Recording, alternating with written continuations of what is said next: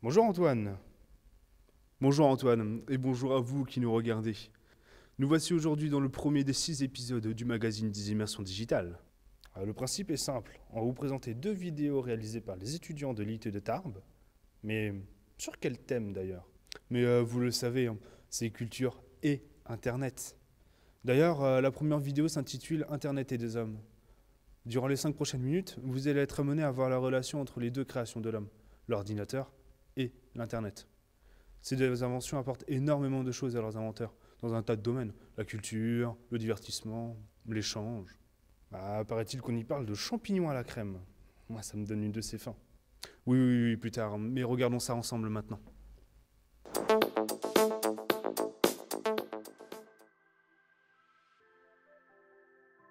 Ceci est un humain. Un humain est un mammifère doté de facultés intellectuelles plutôt bien développées. Il est donc intelligent. Cette intelligence lui permet de communiquer, de se déplacer ou encore d'inventer et de produire divers outils. Afin d'y arriver, en plus de son intelligence, il possède des sens comme l'ouïe, le toucher, l'odorat ou encore le goût, ainsi que des membres comme des bras ou des jambes. Le toucher est permis par les doigts, petit périphérique raccordé aux mains et le même raccordé aux bras. L'humain d'aujourd'hui a beaucoup de mal à se passer d'un outil particulier appelé ordinateur. Un ordinateur, c'est intelligent, mais un ordinateur n'est pas un mammifère. C'est un objet créé grâce à l'intelligence de l'humain aidé par ses mains. Cet objet n'a pas de membres, mais il peut interagir avec l'humain grâce à ses touches. Mais l'humain commande et l'ordinateur exécute. C'est donc ce qu'on peut appeler un assistant. Cet assistant est capable de lancer des applications programmées par des humains, lui apportant de l'aide au quotidien, dans son travail ou son loisir. Il peut aussi donner à l'humain la possibilité d'accéder à un grand réseau appelé Internet. Internet est un réseau créé par l'humain, à l'origine pour les militaires, mammifères intelligents défendant leur nation grâce à des armes. Les armes sont des outils créés par les humains pour régler rapidement et efficacement des conflits avec d'autres humains. Internet fut ensuite développé pour les humains non militaires. Cette création, pourtant invisible, connecte énormément d'humains entre eux par le biais de leurs ordinateurs. Ils peuvent donc se servir de leurs doigts pour taper sur les touches des ordinateurs afin de communiquer. Cette communication peut s'opérer entre humains du monde entier, cassant la notion de frontière. Une frontière, c'est comme ça que les humains appellent une séparation entre différents pays de cette planète, et un pays, c'est un morceau de terre où beaucoup d'humains qui se ressemblent vivent regroupés. Que son origine soit une délimitation faite par l'humain, la montagne, la mer ou simplement le langage, une frontière, c'est quelque chose qui empêche les humains de communiquer et d'échanger. Internet, c'est donc un moyen, pour l'humain, d'utiliser son ordinateur avec ses doigts pour communiquer avec d'autres humains. Il peut donc oublier la notion de frontière, l'empêchant de communiquer, lui permettant de créer des liens avec d'autres humains venant d'autres pays ou tout en restant chez lui. Internet permet donc à 2 humains, venant de pays différents, d'échanger et de partager leur culture. La culture dont nous parlons ici regroupe plusieurs choses. Il y a les habitudes dans un pays qui font qu'un groupe d'humains va manger à l'aide d'une fourchette quand l'autre va manger à l'aide de baguettes. Il y a aussi l'art, pouvant chatouiller l'essence de l'humain et lui permettant de s'exprimer par un biais différent de celui de la parole ou des gestes. L'art peut aussi être produit grâce aux doigts appuyant sur les touches de l'ordinateur. Enfin, il y a les connaissances. C'est ce que les humains savent et s'échangent afin de se rendre mutuellement plus intelligents. Cela permet à l'humain de savoir que ce champignon peut le tuer et que ce champignon est bon une fois cuit. Internet, dans ce cas, permet désormais à l'humain ayant soif de connaissances de savoir que ce champignon, une fois cuit, sera meilleur avec de la crème fraîche et du persil. Parlant de culture, grâce aux ordinateurs donnant un accès à Internet permettant d'effacer les frontières, les humains ont eux-mêmes développé ce que l'on appelle la culture Internet, usant de leur intelligence croissante. Cette culture est un mélange de tous les pays, ou presque tous. La culture Internet regorge également de divertissements, produits par et pour l'humain. Tous ces humains, qui interagissent avec des ordinateurs intelligents afin d'aller servir ou se servir de la culture Internet pour se divertir et acquérir ou partager des connaissances, aiment aussi être au courant de ce qui se passe dans le monde entier. Ces informations sont apportées par des journaux. Les journaux, à l'origine faits de papier, sont créés par et pour des humains intelligents, afin de récolter et de faire partager les informations. Pour continuer à exister, les journaux ont dû être transférés sur Internet afin d'être vus par les humains passant beaucoup de temps sur les ordinateurs. Ils permettent donc à l'humain intelligent d'assouvir sa soif de savoir quel est le dernier chien écrasé en date.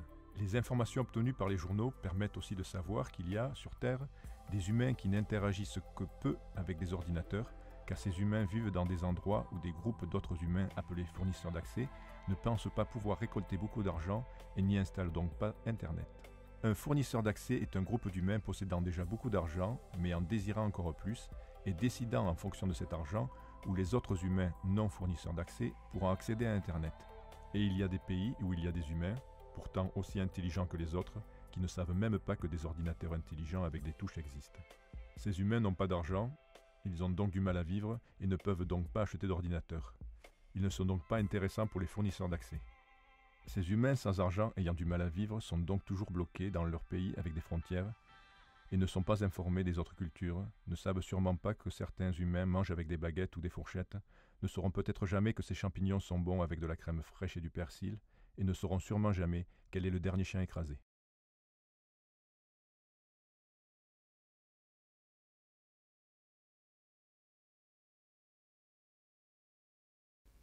Alors Antoine, convaincu? Ah, perso, j'ai encore plus faim maintenant. Alors vous? D'ailleurs, notre prochain reportage portera sur le 7e continent. Ce documentaire introduit la place importante qu'occupe Internet dans nos vies. La révolution économico-sociopolitique et les changements qui en découlent. Par son nombre d'utilisateurs et son importance, et son mode de fonctionnement unique, le net est aujourd'hui qualifié de 7e continent. Un continent libre et neutre, où tout est permis, y compris les comportements les plus immoraux. Et c'est maintenant.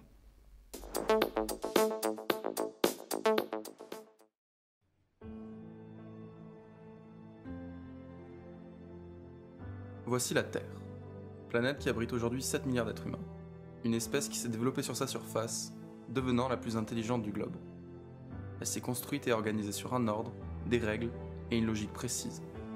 Des sociétés étatiques, limitées par des frontières, avec des gouvernements bien définis qui les contrôlent, s'échangeant entre elles des produits fabriqués à la chaîne et de l'argent. Mais un autre monde a été créé par cette espèce, un monde qui donne encore ses premiers souffles, mais qui permet tant de choses. Un monde virtuel qui impacte directement notre monde réel. Un monde où certains essaient même d'échapper à ce réel quelques secondes par son biais. Un 7e continent. People want to go on the internet and check out their friends, so why not build a website that offers that? Friends, pictures, profiles, whatever you can visit, browse around. Maybe it's someone you just met at a party. Internet a été popularisé dans les années 90, lors de la création du World Wide Web, et en l'espace de 20 ans, a permis de développer un autre système culturel, éthique, philosophique et même économique.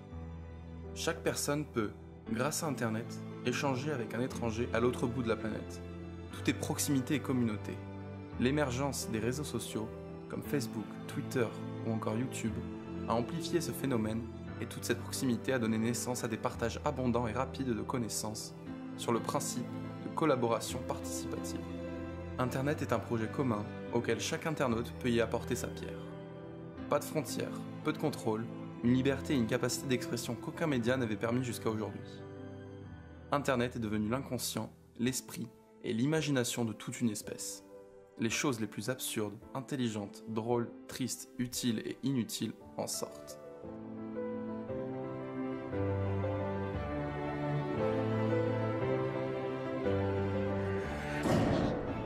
Mais en sortent aussi les choses les plus immorales et illégales. Comme rien n'est noir ni blanc, Internet est un espace où se trouve et se passe le pire aussi. On y vend des drogues, des armes, on y soutient et propage des idéologies racistes, antisémites. Des réseaux pédophiles sont présents, et des extrémistes y recrutent des personnes en manque de repères. Les droits de l'homme universels de notre monde ne sont pas respectés, ce qui amène nos autorités à y mettre de l'ordre de manière efficace et juste, car, contrairement à des idées reçues, il n'y a pas de vide juridique sur Internet.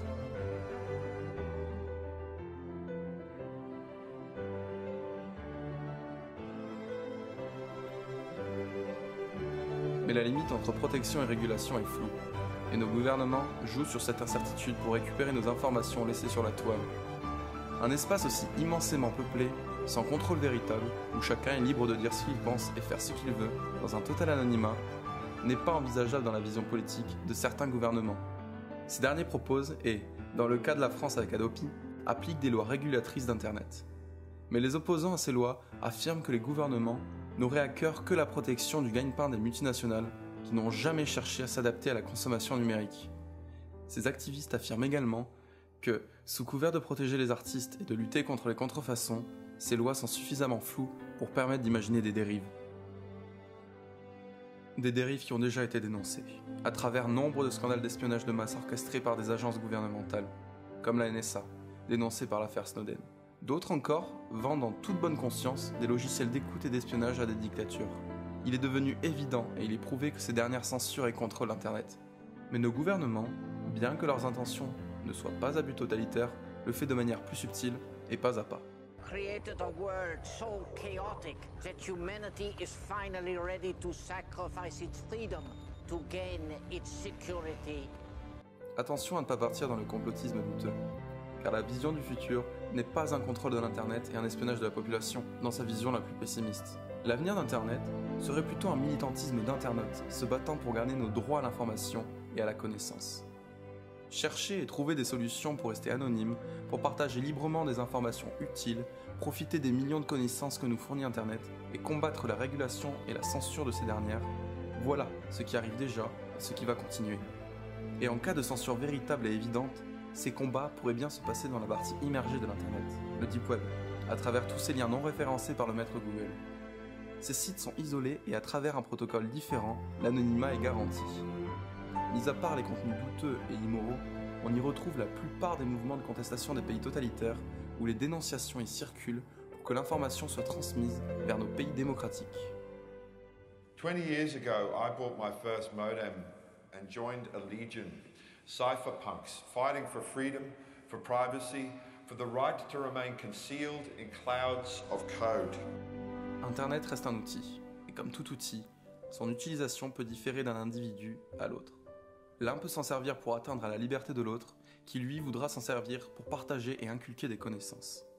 L'accès à ce monde virtuel est devenu une composante de la liberté d'expression. Et ce 7e continent, comme les autres de notre monde, connaît et connaîtra des moments où sa population devra défendre cette liberté.